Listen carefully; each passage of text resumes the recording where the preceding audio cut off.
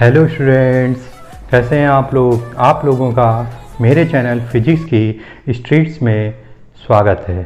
तो आज हम लोग पढ़ेंगे एनसीईआरटी क्लास 12 चैप्टर 1 का इलेक्ट्रिक चार्जेस एंड फील्ड्स का टॉपिक कॉन्टिन्यूअस चार्ज डिस्ट्रीब्यूशन 1.13। तो इसको स्टार्ट करने से पहले हमें पहले थोड़ा सा पढ़ते हैं कि हमने अभी तक क्या पढ़ा था, कैसा चार्ज डिस्ट्रीब्यूशन पढ़ा था। कैसा चार्ज डिस्ट्रीब्यूशन, एक पॉइंट चार्ज लिया उसके कारण फील्ड निकाली, या नंबर ऑफ पॉइंट चार्ज लिए उसके कारण फील्ड निकाली।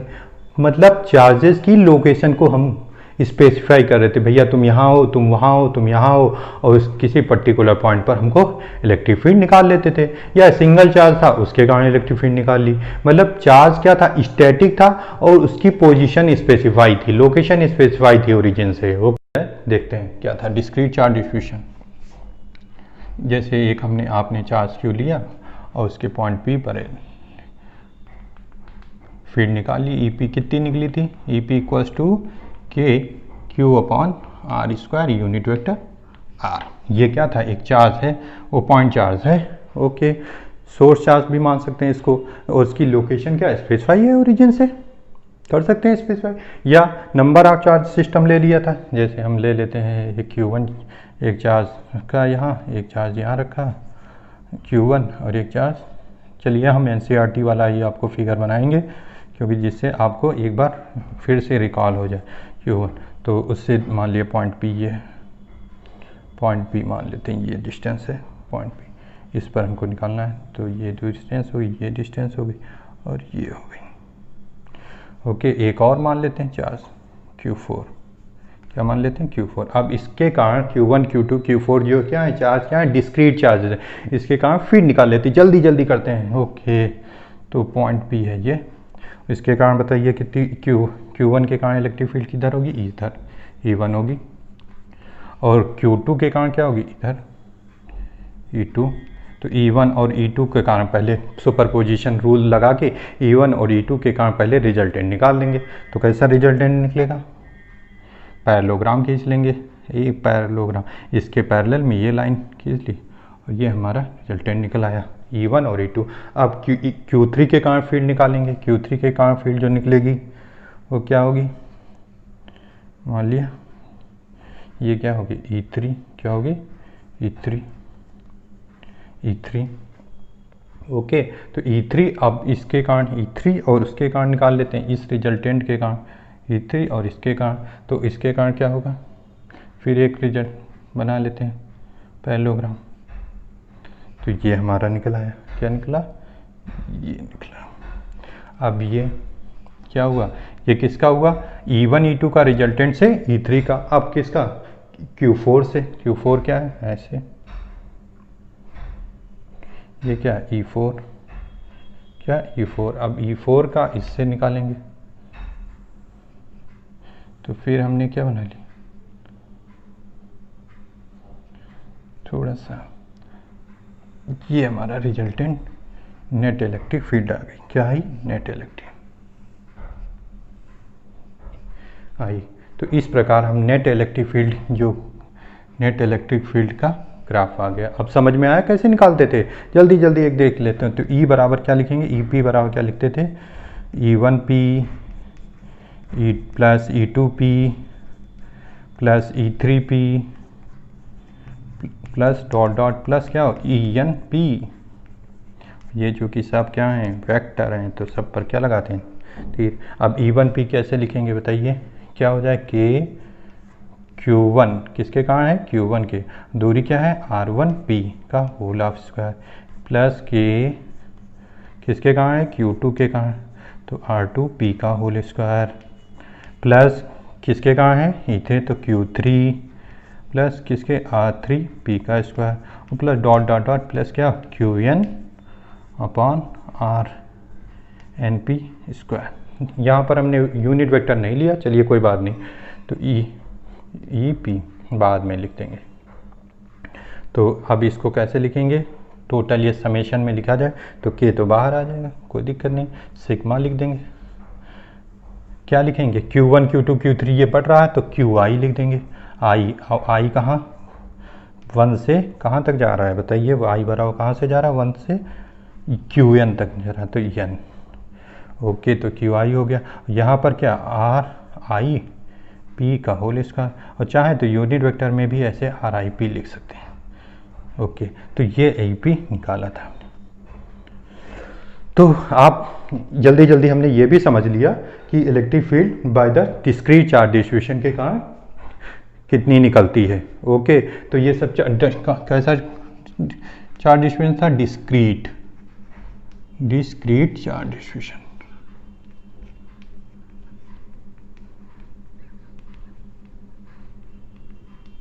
कैसा था डिस्ट्रीब्यूशन, था discrete charge distribution.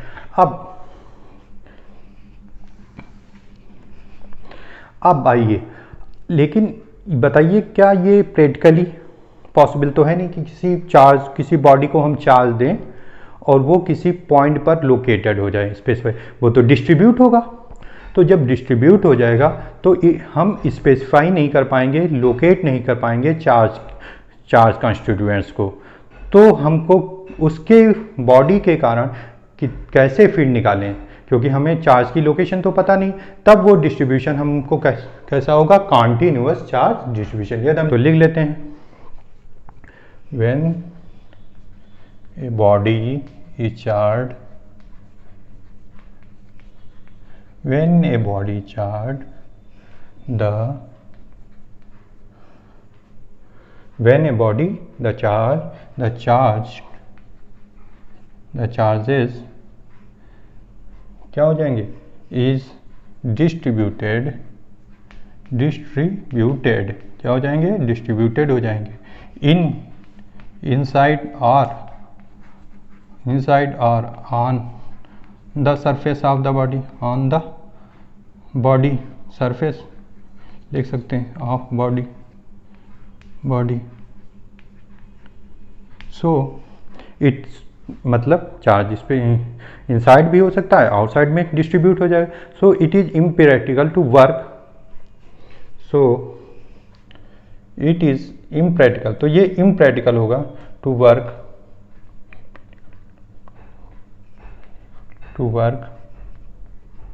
with continuous charge distribution, work with discrete charge distribution, क्योंकि चार्ज क्या है, पूरी बॉडी पर डिस्ट्रीब्यूट हो चुका, तो डिस्क्रीट चार्ज डिस्ट्रीब्यूशन होगा, विद डिस्क्रीट चार्ज डिस्ट्रीब्यूशन। चाहे तो देख सकते हैं, अब पॉइंट पे यहाँ से मान लें, चलिए कोई बात नहीं। हाँ, ये आर डिस्टेंस हुई, because so it is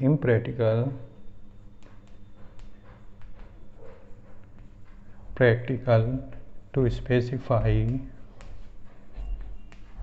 the location of charge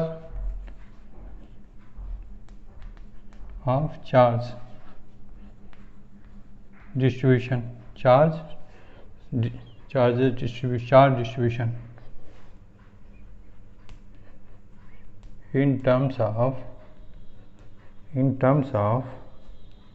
किसके टर्म में, in terms of charge constituents, जो चार्ज कंस्टिट्यूएंट्स हैं, चार्ज पार्टिकल्स हैं, टर्म्स ऑफ चार्ज कंस्टिट्यूएंट, क्योंकि हमें कोई पता तो है नहीं कि चार्ज कहाँ पर है। Charge constituents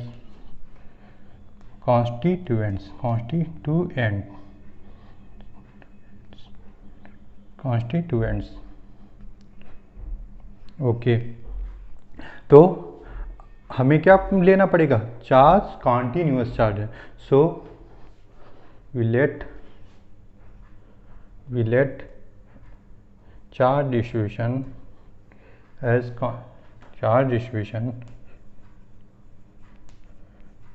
continuous,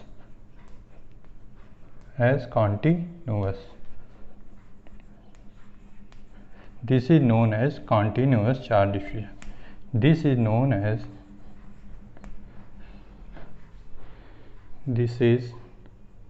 known as continuous charge distribution.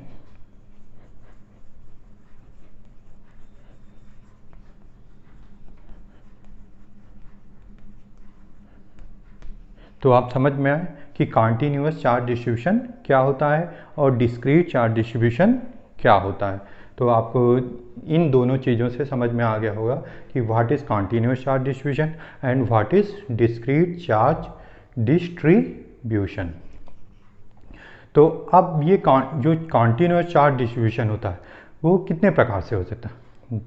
1D में हो सकता है, 2 डायमेंशन हो सकता है, 3 डायमेंशन हो सकता है, 3 ही तो डायमेंशन हो सकती है बॉडी में।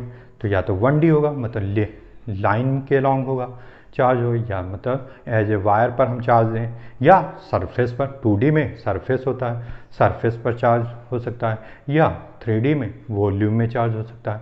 तो ये इस 1D 2D और 3D को मानकर हम इसको कॉन्टिन्यूअस चार्ज डिस्ट्रीब्यूशन को 3 पार्ट्स में या 3 भागों में हम स्पेसिफाई कर सकते हैं। लिख लो, the continuous charge distribution, the continuous charge distribution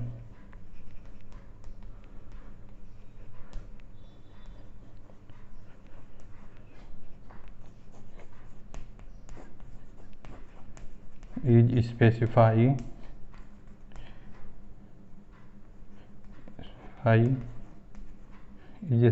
by 3 ways, by 3 types, by 3 types। 3 प्रकार से हम इसको स्पेसिफाई कर सकते हैं कॉन्टिन्यूअस चार्ज डिस्ट्रीब्यूशन। किसको? कॉन्टिन्यूअस चार्ज डिस्ट्रीब्यूशन को हम 3 टाइप से क्या कर सकते हैं? स्पेसिफाई कर सकते हैं। तो वो पहला, इसको हम 3 भागों में बना लेते हैं। तो कॉन्टिन्यूअस चार्ज पहला क्या हो सकता है, या 3 ऐसे हिस्सों में बना लेते हैं। 3 ये मिटा देते हैं,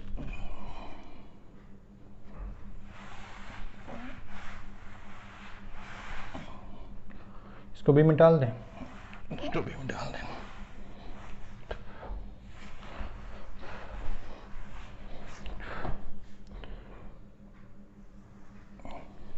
ओके, तो पहला क्या है? Line charge distribution.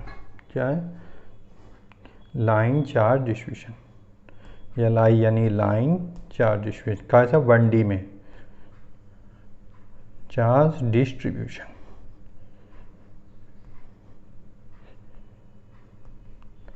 दूसरा कैसा हो सकता है? Surface charge distribution. कैसा हो सकता है? Surface charge distribution.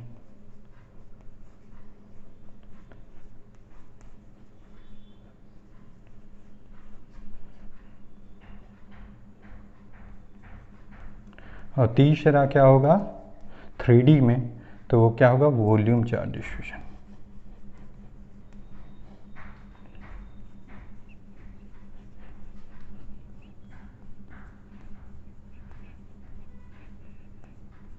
कौन सा होगा? अब लाइन चार्ज डिस्ट्रीब्यूशन हो गया, सरफेस चार्ज डिस्ट्रीब्यूशन हो गया, और वॉल्यूम चार्ज, मतलब continuous charge distribution in 3 types वे से हम 3 प्रकार से होगा बॉडी पर। या तो लाइन वायर में होगा, या सरफेस पर आएगा, या वॉल्यूम में इम्बेडेड होगा कॉन्टिन्यूसली। तो अब हम लाइन चार्ज डिस्ट्रीब्यूशन के कारण पढ़ते हैं कि लाइन, एक वायर बना लेते हैं,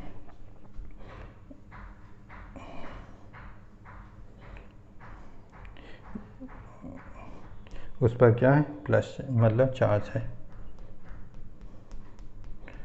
ठीक है, इसकी क्या चार्ज? प्लस चार्ज है। अब इसकी लेंथ क्या मान लेते हैं? Let length L, length of wire, length L, and charge having charge Q, having charge Q. Charge कितना रखती है? क्यू है। Let wire of length L and having charge. अब इसका एक हम यदि एलिमेंट मान लें, छोटा सा हिस्सा,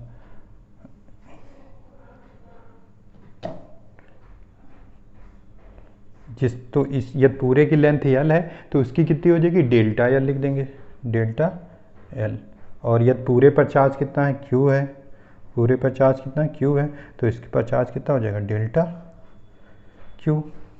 ओके, तो इसी प्रकार यदि हम सरफेस बना लें,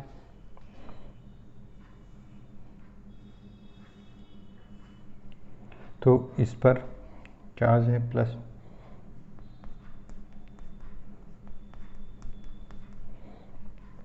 तो इसका पूरा लेट सरफेस एरिया कितना है, एस है। सरफेस एरिया क्या है, एस है। सरफेस एरिया कितना है, एस है मान लेते हैं। एंड हैविंग चार्ज कितना है, एंड हैविंग चार्ज क्यू,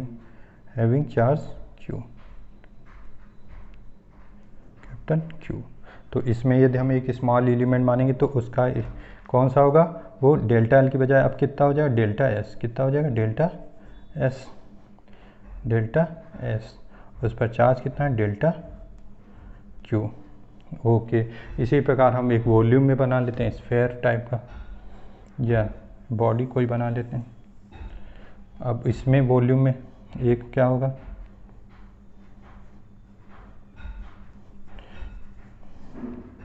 यदि हम इसमें चार्ज पूरा बॉडी में चार्ज, बॉडी है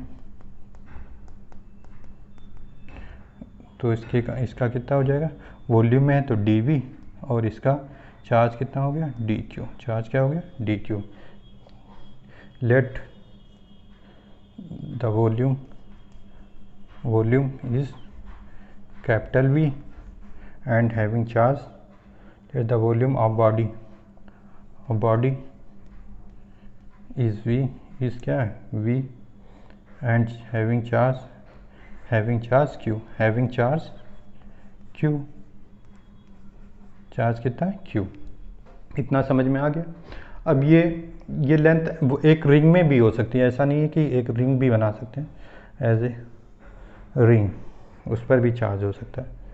तो वो भी क्या होगा, लाइन चार्ज ही उसको मानेंगे। ओके, तो इसका एक स्मॉल पार्ट मान सकते हैं। तो इसमें स्मॉल पार्ट कितना हो जाएगा, डेल्टा एल, और उस पर चार्ज कितना है, डेल्टा क्यू। अब इन सभी चार्ज डिस्ट्रीब्यूशन के कारण यदि हमको इलेक्ट्रिक फील्ड निकालनी है तो हम कैपिटल क्यू जो टोटल चार्ज है इस बॉडी पर, वो किसी पॉइंट की उस पर उसकी लोकेशन ये डिस्ट्रीब्यूट हो गई, यहाँ पे है, यहाँ भी है, यहाँ भी है, तो उसकी पोजीशन क्या कर रही है, चेंज हो रही है। पोजीशन क्या, एक पर्टिकुलर पॉइंट पर स्पेसिफाई नहीं। तो हमको एक क्वांटिटी डेवलप करनी पड़ेगी, जो क्वांटिटी क्या हो, सभी पार्ट्स के लिए सेम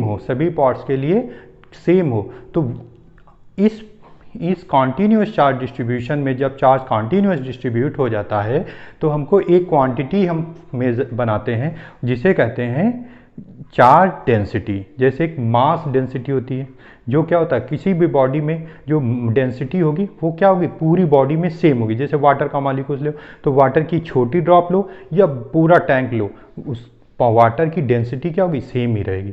तो यदि हम पूरा लाइन एलिमेंट लेंथ एल लें या स्मॉल डेल्टा एल लें या पूरा एरिया लें या स्मॉल डेल्टा एस लें या पूरा वॉल्यूम लें या स्मॉल वॉल्यूम एलिमेंट लें, लेकिन चार्ज की जो डेंसिटी होगी वो क्या इज यूनिफॉर्म रहेगी, कॉन्टीन्यूअस रहेगी, remains uniforms in the whole body या होल चार्ज डिस्ट्रीब्यूशन। तो इसलिए कॉन्टीन्यूअस चार्ज डिस्ट्रीब्यूशन में हमको एक क्वांटिटी लेते हैं जिसे कहते हैं चार्ज डेंसिटी। क्या कहते हैं, चार्ज डेंसिटी। अब लाइन चार्ज डिस्ट्रीब्यूशन के लिए उसे कहेंगे लाइन चार्ज डेंसिटी या linear charge density. Surface charge distribution के लिए उसे कहेंगे surface charge density.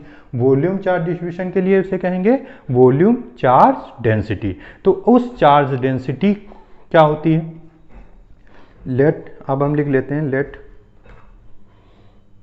Late a part of length of wire, small part, let a part of length small part, let a small part of length delta L called as line element, इसको क्या कहते हैं, line element, called as line element। क्या कहेंगे, line element have a charge है line, क्या नाम उसका है, लाइन एलिमेंट, क्या कहेंगे, line element have a charge. अब ये लाइन एलिमेंट ये डेल्टा एल है तो उस पर चार्ज कितना होगा, delta Q, have a charge delta Q, क्या होगा, delta Q. Then line charge density, then line charge density क्या लिखेंगे, तो लाइन चार्ज डेंसिटी क्या हो जाएगी, line charge density, line charge density किसको डिनोट किससे करते हैं, लैम्डा से, किससे, लैम्डा से। लैम्डा इक्वल्स टू क्या हो जाएगा, delta Q upon delta L, charge upon length, charge line delta Q upon delta L. इसी प्रकार इसमें भी कर लेते हैं। इसमें क्या होगी, सरफेस चार्ज डेंसिटी होगी, let a small part of surface, small part of surface, part of surface known as surface element, called as surface, that is surface element, surface element, surface element कहेंगे उसे, नाम देंगे delta S, have a charge delta Q,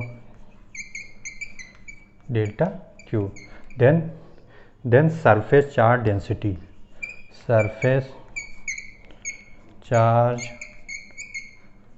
density, इसको किससे denote करेंगे बताइए, इसको denote करते हैं सिग्मा से, किससे, सिग्मा से, किससे करते हैं, सिग्मा इक्वल्स टू क्या हो जाए, डेल्टा क्यू, और यहाँ पर क्या है, सरफेस है, तो डेल्टा क्यू अपॉन डेल्टा क्या माना है, delta S, delta Q upon delta S. अब इसमें चले आते हैं वॉल्यूम में, let small part of volume, volume क्या कहलाएगा, ये क्या कहलाता है, वॉल्यूम एलिमेंट, क्या कहलाता है, वॉल्यूम एलिमेंट। ये वर्ड थोड़े बहुत आपको याद रखने पड़ेंगे, वॉल्यूम एलिमेंट, डेल्टा क्या, delta V, having delta V, having charge delta Q, having charge delta Q. Then तब the volume charge density, volume charge density क्या हो जाएगा, वॉल्यूम चार्ज डेंसिटी रो, इसको चार्ज डेंसिटी क्या होगी, लिखेंगे किससे, लिखेंगे रो, किससे लिखेंगे, रो इक्वल्स टू, रो से डिनोट करते हैं, किससे, रो क्या हो जाएगा, रो इक्वल्स टू क्या हो जाएगा, डेल्टा क्यू, चार्ज ऊपर लिखेंगे, और delta we, delta Q upon delta we. इस प्रकार आपने तीनों line charge distribution, surface charge distribution और वॉल्यूम चार्ज डिस्ट्रीब्यूशन में कैसे लाइन चार्ज डेंसिटी क्या होगी, लैम्डा से डिनोट करेंगे, सरफेस चार्ज डेंसिटी सिग्मा से, वॉल्यूम चार्ज डेंसिटी रो से, और चार्ज बटे वॉल्यूम, चार्ज बटे सरफेस, चार्ज बटे लेंथ, चार्ज बटे लेंथ, चार्ज बटे सरफेस, चार्ज बटे वॉल्यूम। तो इस प्रकार हम इस क्वांटिटी को डिफाइन करके स्मॉल लाइन कॉन्स्टिट्यूएंट जो चार्ज है उसको हम पुट कर सकते हैं और इलेक्ट्रिक फील्ड की वैल्यू निकाल सकते हैं। यदि हमको इलेक्ट्रिक फील्ड निकालना हो, अब यदि हम आ जाएं यहाँ पर इलेक्ट्रिक फील्ड निकालना हो हमें, तो हम क्या लिखेंगे, किसी पॉइंट को हमें यदि electric field in charge distributions के कारण लिखनी है, जिसमें चार्ज डिस्ट्रीब्यूशन कैसा है, कॉन्टिन्यूस चार्ज डिस्ट्रीब्यूशन के है, तो हम डिस्क्रीट के लिए क्या लिखते थे, के क्यू अपॉन आर स्क्वायर। तो अब हमको क्या लिखेंगे, ई बराबर के। अब चार्ज डिस्ट्रीब्यूशन कैसा है, स्मॉल चार्ज एलिमेंट के का, तो क्या यह डेल्टा ई इस छोटे से चार्ज के लिए, जो चार्ज ये छोटे से वॉल्यूम के लिए कितनी इलेक्ट्रिक फील्ड, डेल्टा ई हुई, और चार्ज अब डेल्टा क्यू कितना हो जाएगा, रो डेल्टा वी।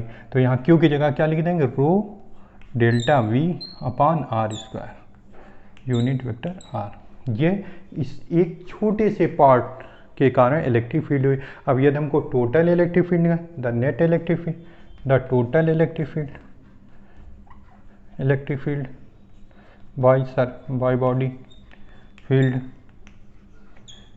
इलेक्ट्रिक फील्ड, तब क्या हो जाएगा, ई इक्वल्स टू क्या लिखेंगे, ई नेट, या ई नेट जो टोटल होगी नेट, तो हमको क्या सबके लिए जोड़ना पड़ेगा, तो सिग्मा लिख लेंगे, आर डेल्टा वी, क्या लिखेंगे, जितने भी कॉन्स्टिट्यूएंट्स हैं आर डेल्टा वी, ओके, और क्या लिखेंगे, rho delta V upon R square unit vector R. जितने भी डेल्टा वी हैं सबके लिए हमें क्या करना पड़ेगा, जोड़ देंगे, तो हमको ई नेट इलेक्ट्रिक फील्ड पता लग जाएगी।